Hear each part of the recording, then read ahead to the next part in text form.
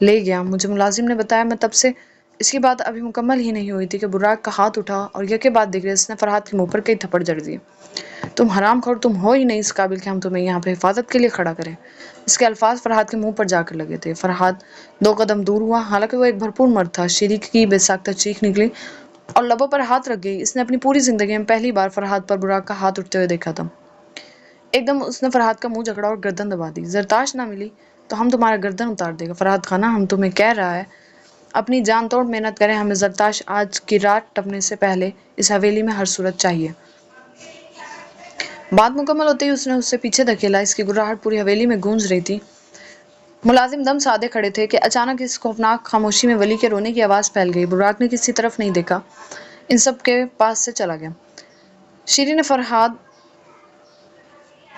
کی طرف دیکھا۔ فرحات کی ناک سے خون بہہ رہا تھا۔ آپ کی ناک سے خون؟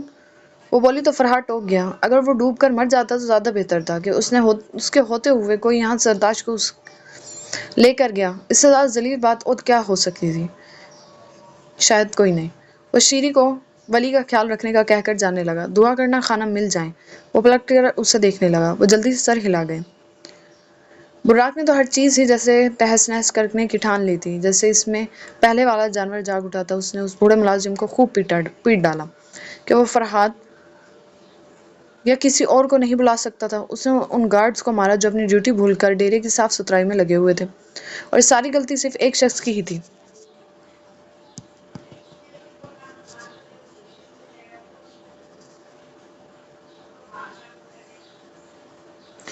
وہ تھا فرحات۔ تم پولیس کیس کرا چکا ہے؟ وہ برہمی سے فرحات کو دیکھنے لگا۔ جی لالا۔ اور اس کے بعد وہ اسے صبح سے اب تک کی محنت بتانے لگا۔ تبھی کال آنے لگی۔ میر حاکم کی کال تھی۔ براق نے موبائل پر گرفت سخت کی اور اس نے غصے اور غضب اور زلزلے سے موبائل پھینک دیا، جو کہ فرحات خان نے اٹھا لیا۔ میر حاکم کی پریشان ساز آواز ابھری۔ زرتاش کہاں ہے؟ اس نے پوچھا۔ ابھی شہر سے واپسی پر میں نے اسے کسی گاڑی میں دیکھا ہے۔ میں کب سے اس گاڑی کا پیچھا کر رہا ہوں۔ کہاں مر گیا براق خانزادہ؟ کہاں ہے زرتاش؟ کیا ہو رہا ہے یہ سب؟ وہ چیخا تھا۔ فرحات باہر دوڑا تھا۔ لالا، میر حاکم کو پتا ہے خانم کہاں ہے، وہ اس کی گاڑی کے پیچھے گاڑی لا چکے ہیں، چلیں۔ فرحات نے گاڑی نکالی اور وہ لوگ میر حاکم کی بتائی ہوئی لوکیشن پر پیچھے دوڑے تھے۔ براق خود ڈرائیو کر رہا تھا۔ اس کے چہرے پر کافی سخت تاثرات تھے، جبکہ دوسری طرف فرحات بس دل ہی دل میں دعا گو تھا کہ وہ مل جائے۔ زرتاش کو یہ اندھیرے کمرے میں ہوش آیا۔ وہ جھٹکے سے اٹھی اور اس نے ارد گرد دیکھا۔ اس کے ہاتھ بندھے ہوئے تھے۔ میں کہاں ہوں؟ وہ بڑبڑائی۔ میرے ساتھ؟ ایک بھاری عجیب سی آواز ابھری۔ زرتاش نے گردن موڑی اور کلیجہ گویا حلق کو آ گیا۔ وہ آدمی اسے دیکھ کر مسکرا رہا تھا۔ وہ آنکھیں پھاڑے اسے دیکھتی رہی۔ نہیں، وہ چیخی۔ براق؟ بے ساختہ بس اس کا نام ہی پکارا تھا، جبکہ اس آدمی کو برا لگا یہ نام۔ اس نام نے مجھ پر زمین تنگ کر دی اور تو اسے ابھی بھی بلا رہی ہے۔ اس نے ایک موٹا ڈنڈا لے کر زرتاش کی کمر پر کھینچ کر مارا۔ زرتاش کی چیخیں جیسے چاروں اور گونج گئیں۔ اس نے ڈنڈا پھینکا۔ تو مجھ سے شادی کرے گی؟ وہ اب ہنسنے لگا تھا۔ زرتاش اپنی تکلیف بھلائے حیران ہو گئی۔ وہ اٹھا اور دوڑ کر اس کالے سیاہ کمرے میں، جہاں زرتاش کو تو کچھ دکھائی نہیں دے رہا تھا، معلوم نہیں کہاں سے وہ سرخ دوپٹہ نکال لایا اور زرتاش کے اوپر ڈال دیا۔ اس کے ہاتھ بندھے ہوئے تھے۔ وہ خود کو جھٹکنے لگی کہ وہ یہ دوپٹہ کبھی نہیں لے گی، بل معلوم نہیں، شاید سائیکو کیس تھا۔ خود ہی کاغذ لے آیا اور بیٹھ گیا۔ سائن کر یہاں۔ اس نے بہت قریب سے زرتاش کو مسکرا کر دیکھا۔ زرتاش کو لگا یہ موت ہے جو اس کے اتنا قریب۔ تو سائن نہیں کرے گی؟ وہ بولا۔ زرتاش چلائی۔ براق مجھے بچا لے۔ بے بسی سے اس کی چیخیں نکلتی تھی۔ پھر اسی کا نام اس کے پھر سے تب چڑھی اور اس نے زرتاش کو پھر سے مارنا شروع کر دیا، اور ارد گرد پڑی چھوٹی چھوٹی چیزیں اسے مار رہا تھا۔ کنکر، پلاسٹک بوتل، گلاس۔ زرتاش ہر چوٹ پر درد سے چلا اٹھتی۔ سائن کر، تو مجھ سے شادی ہوگی تیری وجہ سے اس ایمان کو ختم کرنا پڑا، ورنہ میں جان سے تھوڑی مارتا ہوں۔ وہ تو کھلونا تھی میری، میں روز کھیل لیتا، لیکن تو بیچ میں آ گئی۔ اب تو میرا کھلونا بنے گی۔ میں نے تو سب سے بھی شادی کر لی، ایمان سے بھی شادی کر لی، لیکن ہم دونوں کے بیچ تو آئی، اور اب تو بنے گی میرا کھلونا۔ وہ ہنسنے لگا اور زرتاش کے بال جکڑ لیے۔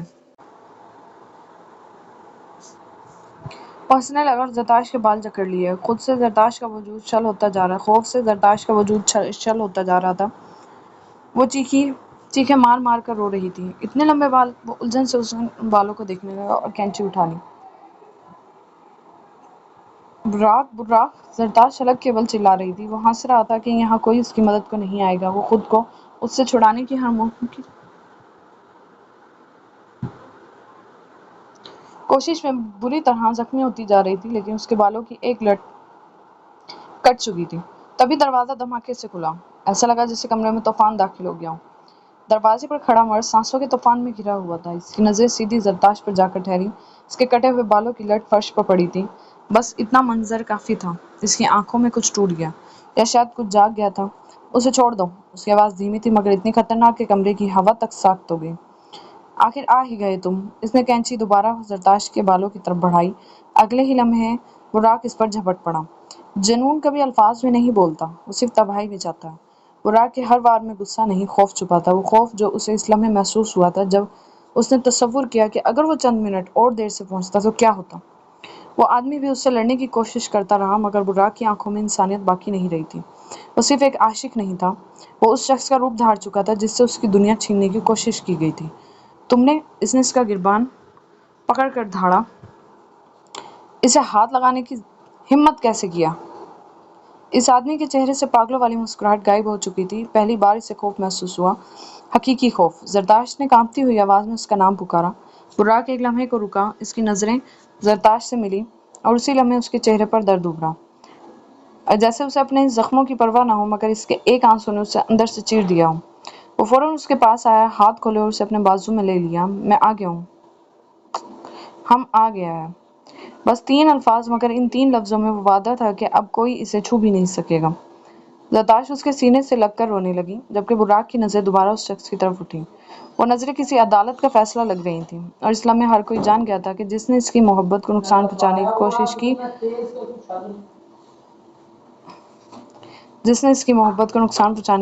کی، اس کے لیے اب کوئی معافی باقی نہیں رہی تھی۔ جبکہ فرہاد اور میر حاکم نے اسے مار مار کر اس کا بھرکس نکال دیا تھا۔ بس 3 لفظ، مگر ان 3 لفظوں میں وعدہ تھا کہ اب کوئی اسے چھو بھی نہیں سکے گا۔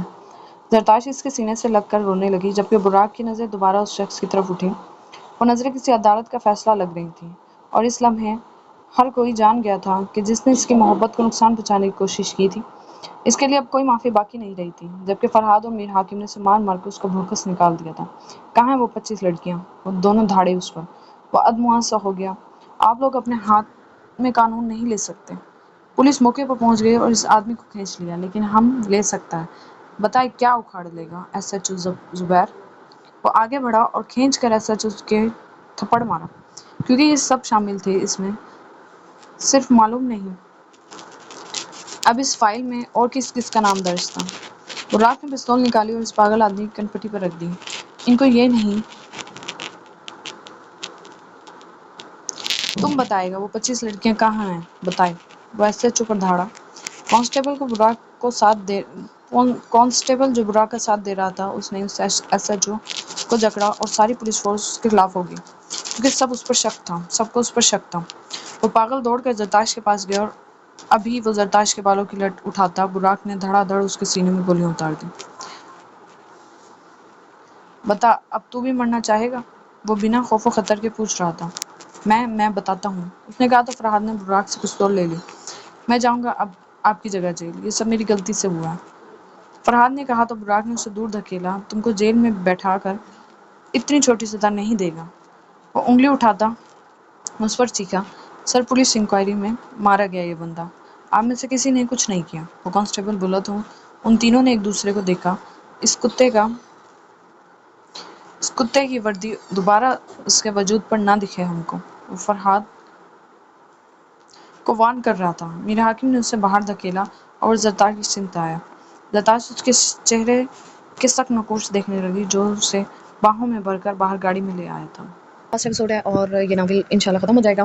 نیکسٹ ناول کا نام اینڈ پروموز اینڈ ساری چیزیں ریڈی ہیں، اور اس کو بھی ہم انشاءاللہ اسٹارٹ کریں گے۔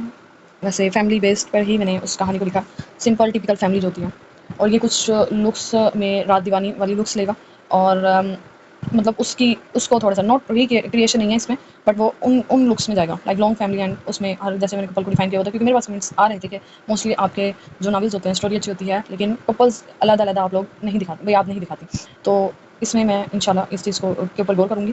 اور اس کے علاوہ یہ ہے کہ یار میرا انسٹاگرام فالو کر لو میرا انسٹاگرام فالو کرو، اور میں انشاءاللہ وہاں پر ایک ایک چیز اناؤنس کرنے والی ہوں. چلو میں ابھی آپ لوگوں کو بتا دوں. ویسے میں نے کافی ٹائم سے یہ بات میں نے رمضان سے سوچی ہوئی تھی, بٹ بہت ٹائم ہمارا گزر چکا ہے یہ اس چیز پہ امپلیمنٹ کرتے ہوئے. اچھا, ایک یہ ہے کہ چھوٹا سا ایک میرا موڈ ہے ایک گیو اوے دینے کا اپنے یوٹیوب سبسکرائبرس کو اینڈ انسٹا فیملی کو, ٹھیک ہے. ابھی تو انسٹاگرام پہ 375 آئی تھنک ہیں, اور وہاں پہ آپ لوگوں نے ہی کیا ہوا کیونکہ فیملی وغیرہ تو میری خیر میں نہ انہیں فالو کرتی ہوں اور انہوں نے چند نے کیا ہوا ہے تو میں تو انہیں فالو بیک کرتی ہوں. خیر یہ ہے کہ آپ لوگوں نے ہی وہاں پہ ایک وہ بنایا ہوا ہے اور آپ لوگ مزید مجھے وہاں پہ فالو کریں, اور میں جو بھی گیو اوے دوں گی انشاءاللہ وہ وہیں دوں گی. لیکن وہ گیو اوے میں دوں گی کیوں, ایک بات ہے. اب یہ ہے کہ الحمدللہ بندی کے پاس پیسہ ہے, ٹھیک ہے, بٹ اب میں چاہ رہی ہوں کہ میں اس کو خرچ کروں آپ لوگوں پہ. اب اس کے لیے ایک چھوٹی سی ریکوائرمنٹ ہے, اور چھوٹی سی ریکوائرمنٹ یہ ہے کہ ابھی بتا دوں یا پھر میں کل والے ایپیسوڈ میں بتاؤں. چھوٹی سی ریکوائرمنٹ ہے, چلیں آپ لوگوں کی ایکسائٹمنٹ دیکھ کے میں آپ لوگوں کو بتاؤں گی کہ وہ گیو اوے کیا ہے اور اس کی ریکوائرمنٹ کیا ہے, ٹھیک ہے. انشاءاللہ پھر کل ملاقات ہوتی ہے. اللہ حافظ.